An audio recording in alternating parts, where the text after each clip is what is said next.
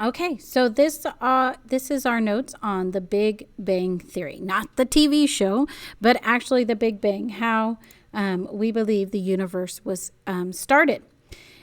If you do not have your Cornell notes that you need to have open to take notes here on your Big Bang Theory, please go back to the classroom, open up your assignment, and open up those Cornell notes so that you can start taking notes.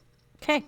So this is just a start of a timeline of where we believe this possibly has begun. This is present day, and we're going to talk about 15 billion years ago, 1,300,000. We could talk about 1 second or when time began all the way back. But we will start with this 15 billion years ago. What do we think happened when we start our notes? Our essential question is, what was the Big Bang? So we're going to talk about the Big Bang. We're going to see the evidence of the Big Bang, and we can see how light and atoms help us determine about the Big Bang and maybe how long ago it did take place. So we're going to start with time begins. So the universe began 13.7 billion years ago, and it began as a single atom. Okay, the size of a single atom. And then the universe began as a violent expansion, and all matter and space were created from that single point. So we have like this huge explosion, and stuff just kind of shatters. Matter starts going everywhere in just an instant. After about 3 minutes after the Big Bang, Albert Einstein theorized that the universe has grown from the size of an atom to larger than the size of a grapefruit. So in those 3 minutes, that's how big it got. And one of the equations to help understand that is his famous equation of E equals mc squared. Then we believe energy froze into matter, according to Albert Einstein's equation, to give us that mass. This basically says that like snowflakes freezing, energy forms into clumps that we today call protons, neutrons, electrons. So that energy from that first Big Bang actually started the first protons, neutrons, and electrons. And then these formed later on as they combined our atoms and our elements. Several 100,000 years ago after the Big Bang, atoms form, specifically hydrogen, and its isotopes with a small amount of helium. So we're going to learn about isotopes too. They're just different masses of the same element. And the early universe was about 75% hydrogen and 25% helium. And it's still the same today. And we'll see some evidence of how they knew that. Okay. 200 to 4 billion years ago after the Big Bang, that's when our first stars and galaxies form. Okay. So this is millions of years later, that's when our galaxies and stars start forming. We first have to form all of those elements and atoms. Then 4.6 billion years ago, that's when our solar system starts to form. Some misconceptions about the Big Bang. Okay, there was no explosion. There was and continues to be an expansion. And we'll look at light, and we'll talk about, remember when we talked about red shift, blue shift, how that shift helps us prove that expansion is still happening. So rather imagine a balloon popping and releasing its contents. It wasn't like that. Imagine a balloon expanding and being infinite in size. So an infinitely small balloon expanding to the size of our current universe so that the balloon would never pop, right? So it's like a balloon just continuously expanding.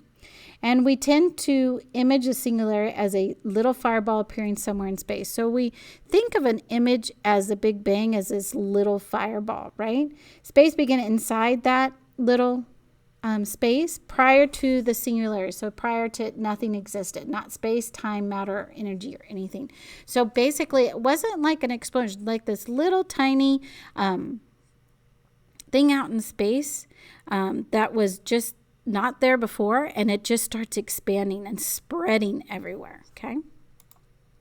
And so what is the evidence of the Big Bang? Well, we have 6 of them. We're going to really kind of come down on stellar distances and speed of light, so forth, is what we're going to focus on here. But there are 6 different evidences.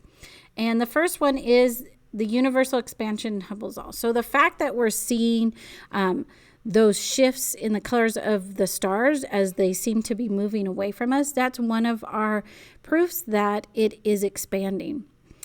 We also see a 3-degree background radiation. So we are still seeing in the universe a background radiation. So we see radiation out there in the universe, and we're still seeing that today. And so it's actually all over. So it's not like it's in one spot or two spots. It's like a constant all across the universe. So that radiation, that level of radiation, is spread evenly all across the universe, which kind of helps us kind of think that it had to come from a single place, okay? Quasars are a type of stars, and we see those, and those are an example of that. They must have started at the Big Bang.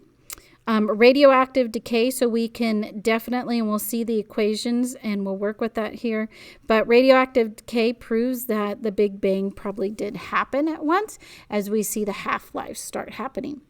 And then stellar formation evolution, as we watch the stars form, we can actually see different stars form and their evolution. And then the biggest one for us here in chemistry is the speed of light and the stellar distances. The fact that we can see that the stars are actually moving away from us, okay? And we use that with the Doppler effect. So the first one is universal expansion in Hubble's law. What is it? So Hubble observed the majority of galaxies are moving away from us and each other. Thus, the farther, the faster they move. So that's the red shift. So they're shifting to that longer wavelength. So this is what we're watching, that we see that the galaxy is still expanding. So it must have started somewhere. Probably not in the center where we're at, but we can see that our stars are moving farther away from us. So this is the first evidence. The second one I talked about there is the background radiation. And this is kind of like noise radiation or static is evenly spread across space, so that it's not like there's a high concentration in one place and a low concentration here or in another place. It's like it's the same across. So it had to have started, we think, at one place and just started spreading, okay? And the amount of radiation matched predictions. So what the scientists have made predictions of if that Big Bang happened, how much radiation should be there, and that's how much we are seeing, okay?